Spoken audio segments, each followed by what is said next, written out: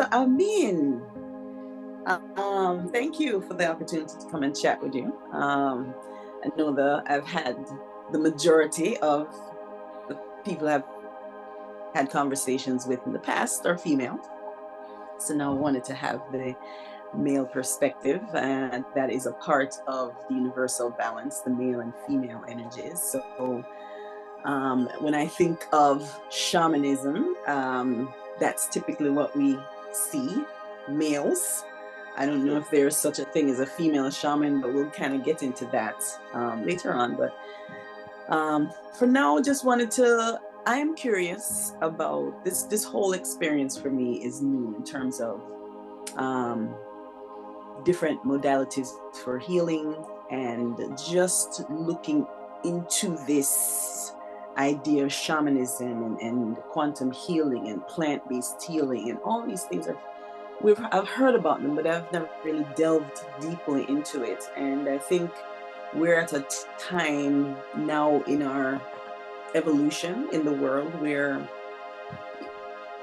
I know I'm seeking, and I'm sure other people are as well. So one of the reasons hosting these interviews is to really, first for my own knowledge, but to share it as well. And so I wanted to first kind of just ask some general questions about shamanism, and then, lead into you just sharing your journey there into that. So if you had to describe what is shamanism? What is this? Okay. Thank you for having me. It's an honor. Sure. It's a privilege to share my life. Shamanism, in the antiquities, like in the olden days, shamanism was one of an indigenous tribe, an individual, could be male or female, but usually a male in this case, who had some type of proclivity for going into trance. So the indigenous sacred medicine, depending on if you're Peru or Mexico or Africa, that trance medicine would be given only to the shaman, not to the whole group like we're doing now. And the shaman would go into deep trance and would interpret individual by individual in the group the message from the ancestral world for the individual, for the tribe, for the nation. Everyone didn't partake of the sacrament in that heavy dose. Okay. Nowadays, shamanism has changed, of course, a bit because it means administering a ceremonial ritual of sorts. But in real life, shamanism is a relationship with an invisible world. Basically, we consider it the ancestral world, but it's the world of not just people who have lived and died. It's also souls who have not yet been born. It's also intelligent entities that have no body, that has no organic body. There's also intelligent entities that consciousness has formed into objects that we've come to call trees, planets, waterfalls. All these gatherings of molecules that you can recognize are also a gathering of consciousness that has a gestalt, that has come together and has a conversation. You can speak to it and you can listen. So in indigenous cultures, we began to listen to the forest, and to the rivers, and to the wind, and we discovered a real voice, and it would tell us about where rain would come, crops to plant this year, to avoid earthquakes and famine. And these are things that the sensitive one of the tribe became sought after. Okay. So that would be the shaman, the person through whom this information is communicated. The oracle for higher consciousness. So how is this likened to voodoo? Is it? Sure. It is, because in voodoo there is attention to the spirit of nature spirits. And because the nature spirits are involved and a conversation is involved, there is the idea of accessing the ancestral world in order to affect this physical world. So in voodoo, it has a negative connotation from the movies, but in Africa, it means a relationship with nature, spirit, and ancestral world. Okay, thank you. Because that idea of communicating with an outside world in a very Christian community or a very Orthodox religious community, I knew coming out of that, it was something that was discouraged. It still is today. Sure, it still is. It's called witchcraft. It's called communing with spirits in the Bible. And it's called divination, and all of them are negative, but you got to remember that the Bible, Christians, Jews, and Muslims all are Abraham. They all come out of Abraham and those ideas.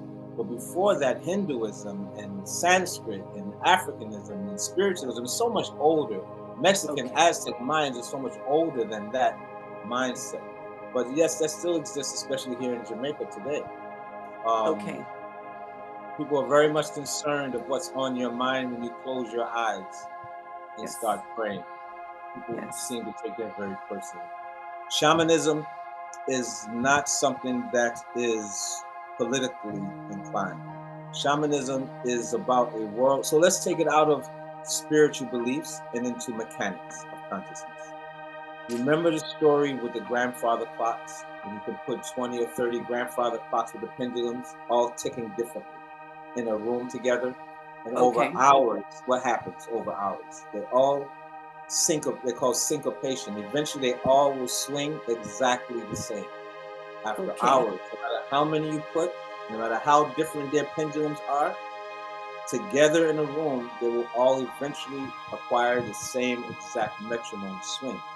With women and the menstrual cycles, that women in a big environment together, close together, all the menstrual cycles will also syncopate. And it's not because of touching each other or breathing each other's air.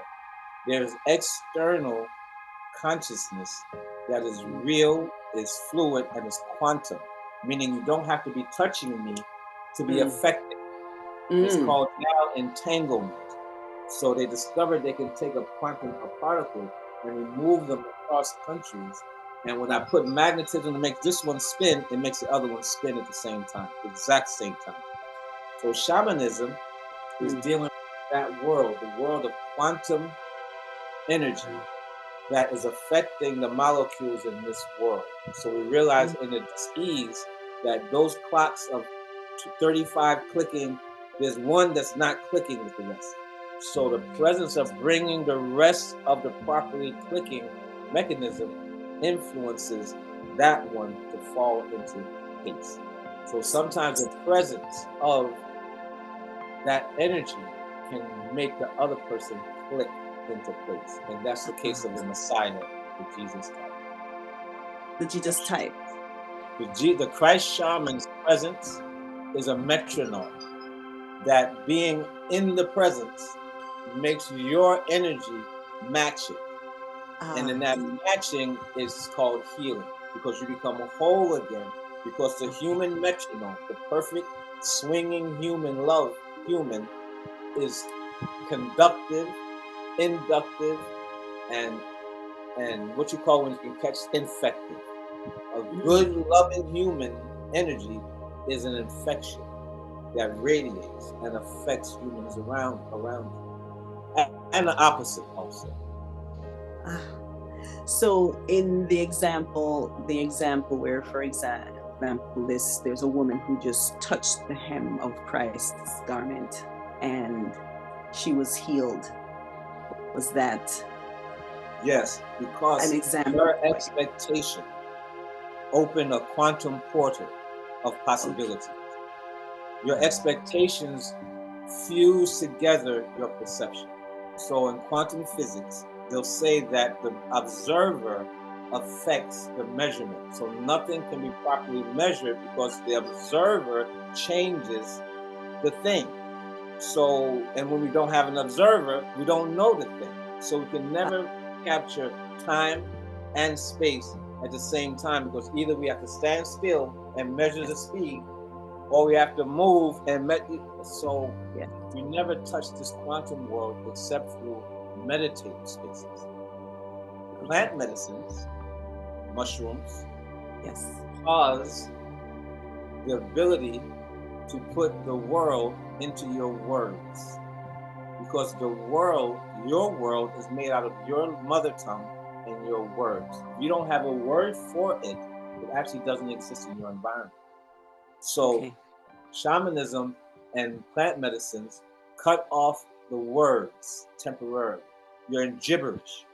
And then in gibberish brain, the whole world you never recognize comes at you. It's always there, but it's being deleted by usefulness. The brain decides what's useful to give us.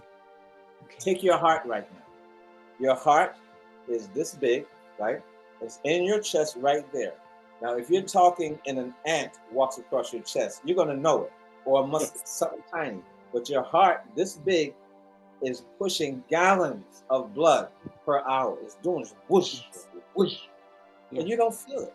It's right there doing that right now. Where's the feeling? You can close your eyes and look for it, but there's a muscle in there that's working. You don't feel it because their brain has said, well, that vibration, that energy, and that sound is not useful. So Karen doesn't need to know about it. So it deletes it as if it's not there. So just like the fan in the room or the air condition or the train sound on an airplane, you can sleep well because your brain will delete it. Shamanism is about unveiling the world that's been deleted by the words of culture. Nice. Wow, well said. Well said. Okay. So then today, diseases are made out of words. What was that? Disease, sickness, ailments, illness is made out of words. It becomes a problem when words are given to it. Before there's any words to describe it, they're just feelings, It's just moods and swings. But once you identify a thing, this is my high blood pressure. Now it's become a thing because it's your high blood pressure, and no matter how much it goes up and down now, you've identified it. Not only have you identified, you got medicine to relate with it. Now you're giving this a solid existence, and the medicine is guaranteeing to your brain that this is real. This is a thing. And those things being named. If you didn't have a name for high blood pressure, there would be no medication for high blood pressure. So what would people do when they got flustered?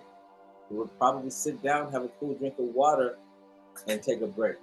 And they would never measure. They would never suck their thing together and measure how much pressure. They would never do that.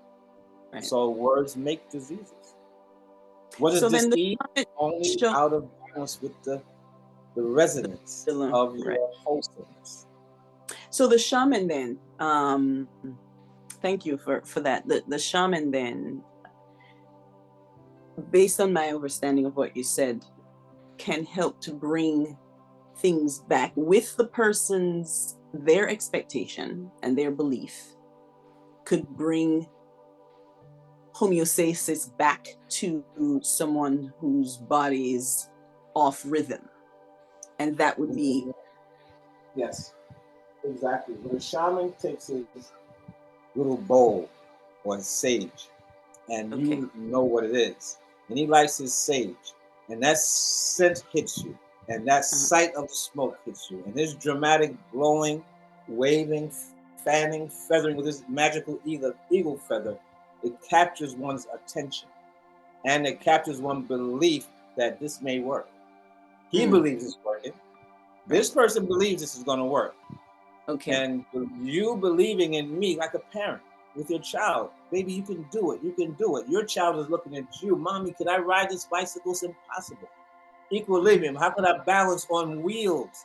And you're saying, baby, it can be done. Trust me, you can do it. And if baby trusts you, now the ability to learn to ride the bicycle. Without trusting that braille that you can read dots on paper with your fingertips, Yes. no one ever tried. So what is there else that you can do that you've never tried because your language never had a word to describe reading with your eyelashes or anything, you know, using your hair to speak to mosquitoes about the environment. Because see, what shamanism know is that the mosquito is a entity. There's only one mosquito consciousness, and all the zillions of mosquitoes are cookie cutter out of the mosquito consciousness. There's only one cat consciousness. There's only one eggplant. So shaman speaks to the mother of all the mosquitoes, and says to the mother, because there's always a female also. All of these in charge entities are female. Well, that's another conversation. Yes. So the mother, to access the power of quantum, you have to access the female side of quantum, because you have to birth this thing. So you're asking the mother of mosquitoes to explain to these mosquitoes of yours, the biting, the blood sucking, the stuff is not working for you. You have to live together, but they can't eat. And then the mosquitoes will stop biting you. They will still be there, but you'll stop getting bitten in the tent, in the woods, in the jungle, in the Amazon. This has to be tested. So this is how we discover this, by real tests, not by reading about it. You have to be able to talk in the Amazon jungle. You have to be able to be with jaguars, snakes, spiders, tarantulas, poisonous this, poisonous that. And you have to have a relationship with the mothers of these entities. So that you know, I'm not here to bring harm. I'm here for love. We can do this together. That's shamanism. Even the rain listens. So the indigenous tribes were taught songs and dances to invoke the mother of all rain to bless you with a shower. And then the molecules start vibrating, the condensation starts happening, the dark cloud comes, and the rain dance works. If the rain dance didn't work, you would name it. So the rain dance actually works. The mechanics of rain dance is a quantum physics reality that the invisible mother of rain is listening and beckoning to loving attention. When I think of all the centuries, African has been talking to trees and drums and plants and animals and goats forever. The African concept is that everything is alive and listening. Grandmom is never gone. Granddad is never gone. Even Black Christians now still, behind the backs of Christianity, still lovingly ancestor worship. You keep pictures, memorials of grandmom, granddad, the Father's Day, Mother's Day, still ancestor worship, because we know that's natural. And does that, and I was thinking the other day, as I was reflecting on Haiti's revolution and how that happened, and how they drove out the French, and they tapped into an energy like Nanny and some of our other ancestors that was powerful. And I've often wondered, I said, you know, what is it that they did to give them access to that sort of power? Really expected that is there. Their culture from Africa taught them that that power is there. So if you believe it's there, you keep trying until you touch something. So the Haitian people will bury themselves in the darkness for 3 days or 5 days in total darkness, total sound deprivation. They have rituals in this voodoo in which you have sensory deprivation. If you deny yourself food or light or sound for days, these mechanisms kick in and you become in tune aware on another level. Yes. And you become self-aware of stuff that's inside you, because you're alone in the dark by yourself, being taken care of by the elder voodoo people. Yes. And all of them go through that at a time in their childhood or teenagehood. Everyone touches this deprivation thing that grows up in the voodoo culture. Because you got to be able to stand up to the men around you who have incredible willpower. an ability to Yes. stare a long time, an ability not to flinch for pain. So you practice this as little boys trying to be like Papa Yes. Shango or whoever Yes. they look up to. And Papa Shango don't shake under terror of nothing. So they're brave because they're growing up under incredible Yes. demonstrations of courage. You Yes. get what you are in life, not what you want. Mm. But the Haitian reality,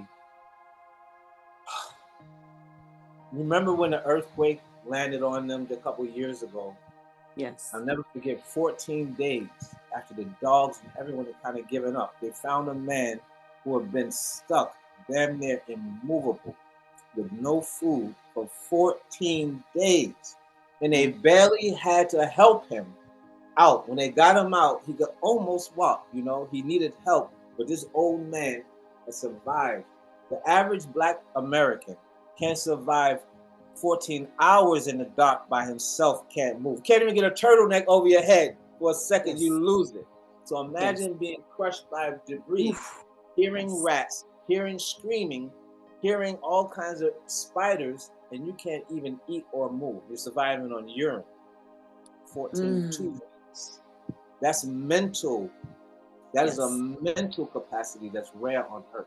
Yes. So you Okay. bring up a good point that I was going to Yes. bring up. Look at how bad people say the world has become from the point of view of this point of view and that point of view. But now count how many people are meditating from, say, the year 2012 Yes. to 23. How many more corporate people have taken breaks from corporate and are sitting down in yoga and plant-based diets and meditation? Why? Because the world has become so challenging. It's pushed people into seeking sacred, meditative salvation spaces. And the important thing is that humanity reaches meditative spaces so that we can go quantum. And you Okay. don't need a lot of time in the quantum field to change Earth. But in Okay. physical time, it's unfixable. But in quantum shamanism realm, like that, it's a new Earth. But we have to get the whole planet to expect the change first. And that's the Yes. challenge. Nice. So meditation, and that is such a good point. I was talking about that yesterday. I practiced motion meditation, qigong, and I haven't for a while. Meditation seems to be another, well, let's say mushrooms or psychedelics help people to enter into a meditative space. But there are other ways in which to do that without plant medicine.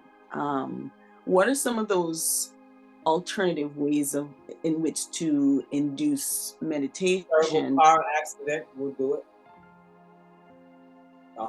If a person's in a horrible car accident, bang, and the car goes up in the air, that person says, even though I know the car spin all the way around in the air, it's like time stopped.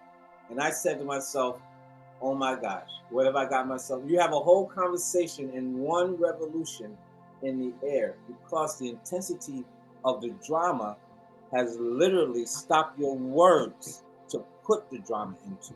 And when your words stop, whatever stops your words stops your world. So meditation is a general, slow, consistent way to lessen the words. Lessen the words. You won't get mental silence right away. It will be years. But as Yes. you focus on your breath and Mm, on your posture and on mm, colors, your radiance, and on light and love, you'll find that the words settle down and simmer down and simmer down. And then one day you're released and no longer it's difficult to sit and not solve. In the beginning, coming from corporate, where the solving is what you get paid for. High school, college, you get paid to solve. So the mind doesn't want us to simmer down. The mind thinks you have problems. The meditator has to convince the mind that there are no problems. So you can relax for 15 minutes. You don't have to solve anything. No one's attacking you. You're not deteriorating. You're not degrading, and you are eternal. So 15 minutes. Take all of your electrical energy and just returning home to my heart. And we're going to sit there. And eventually that becomes easier. But what plant medicine does is it stops it right away.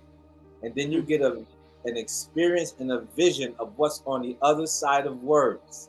So you return from the trip determined that I'm going to adapt my life with meditative practices, better food, more exercise, better sleep, because what I experienced that one night, it's worth that. If that's my heritage, if that's my legacy as a human being, that I can be disconnected as I was that night, I want that connection as my lifestyle.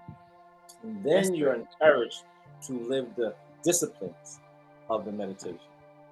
Meditation doesn't work when you're energetic. You have to get tired first. It's better that you go for your crazy run in the morning and jump and sweat and then come home exhausted and then do your 15 minutes meditation, because your body is now already asleep from exhaustion and you're free, easy.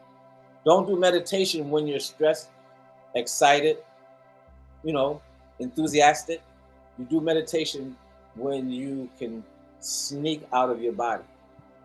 You can breathe like you're asleep. Yeah.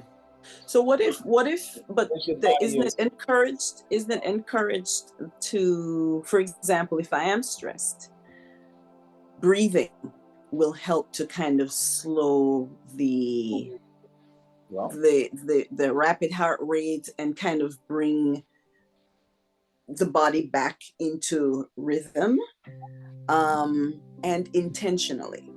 Because if there is for example, if I'm going to do a presentation, I feel a little bit anxious, I take a couple deep breaths and try to center myself so that my breathing is relaxed. I am relaxed before I enter into this stressful situation.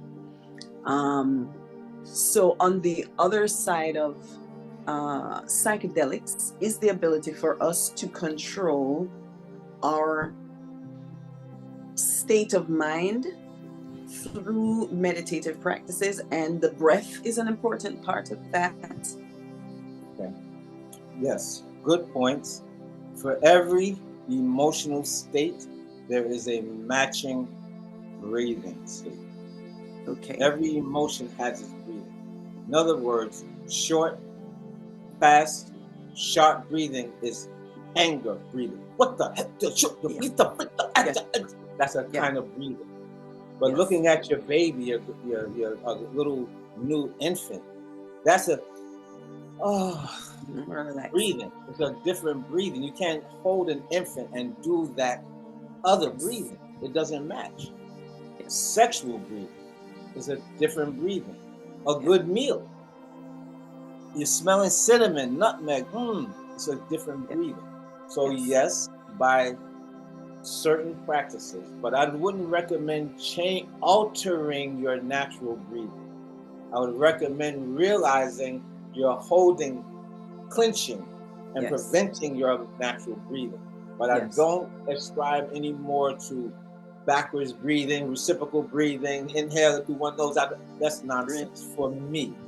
Now that I've been to the other side, and I live in death, in the living and the dead, those things don't matter. What matters is when you realize that you yourself are the cause and the perceiver and the creator of the source of your experience. And like you said, now you catch your breath, realizing your ability to put your whole body into a different state. Because this is Karen's responsibility. And even Karen is your responsibility. Karen is one of your responsibilities. You're not even Karen. She's one of your inventions. So you're going to say, Karen, calm down. You said it before, Karen, get your stuff together. You're getting ready to get yourself in it. So who's talking to Karen and who is Karen? This is shamanism, is to put Karen to sleep and introduce you as you to yourself. So you can meet Karen. Karen's an adult, as a baby, Karen in the future. The ghosts of Christmas past, present, that was shamanism. That story of traveling through your consciousness. The ghosts of Christmas past, present, and future was what awoken Scrooge to make his heart open to generosity. This is shamanism. pointing Nice. out a person's past, present, and future, helping them to realize that you are a magical being that is self-creating yourself, and that Yes. your wrinkles, your smile, your intestines are waiting for your permission to be whole and well. And that's all. It's only your permission to accept wellness. No other animal is going through this on Earth. There's no squirrels that kind of have a little rickety arthritis. There's no monkeys. There's no snails. Only the humans, because we are the imaginating ones. And this powerful realm of imagination, it heals, it kills. Yes. Yes, true.